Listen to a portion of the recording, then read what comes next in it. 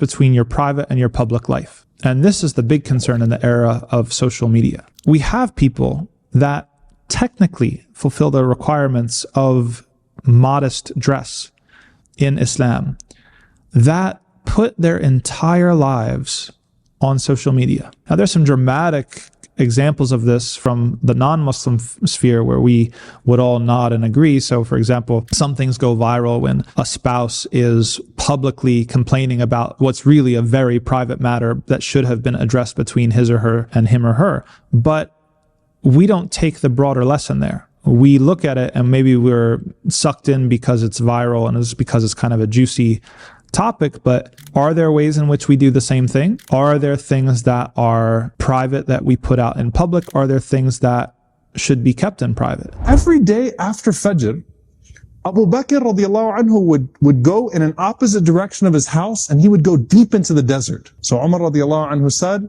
لَأَتْبَعَنَّا. That's it. I'm going to go follow him and find out what he's doing. And then he said, I saw him go into this beat up old house. He spent a long time in there. It wasn't like a short amount of time. He spent a long time until after the sun was up, meaning it was getting hot. And it got hot, and then Abu Bakr radiallahu anhu left the home and he made his way back to Medina. So Umar radiallahu anhu said, I waited until I could no longer see him. And Umar radiallahu anhu said, I knocked on the door.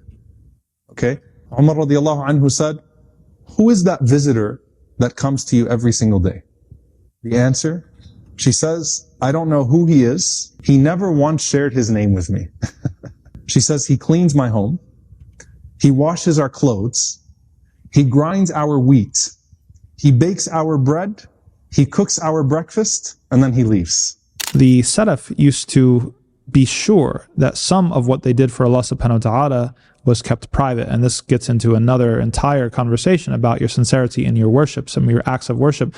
It's a fine line where you have somebody who's quote unquote an influencer. I don't agree with that term. I don't think those people are influencing. I think they're more influenced than influencing. However, if you're doing anything super public on social media to show other people, telling yourself that you're just demonstrating to them to inspire them, should you counterbalance that in your life by doing a ton of stuff that's very, very private that nobody knows about except Allah? So we have to be guarded and we have to be aware and we have to be very careful because these things become normalized to us in a very subliminal way, a very implicit way. This is what everybody else is doing. This is how social media works. This is what people are doing on TikTok and Instagram and whatever.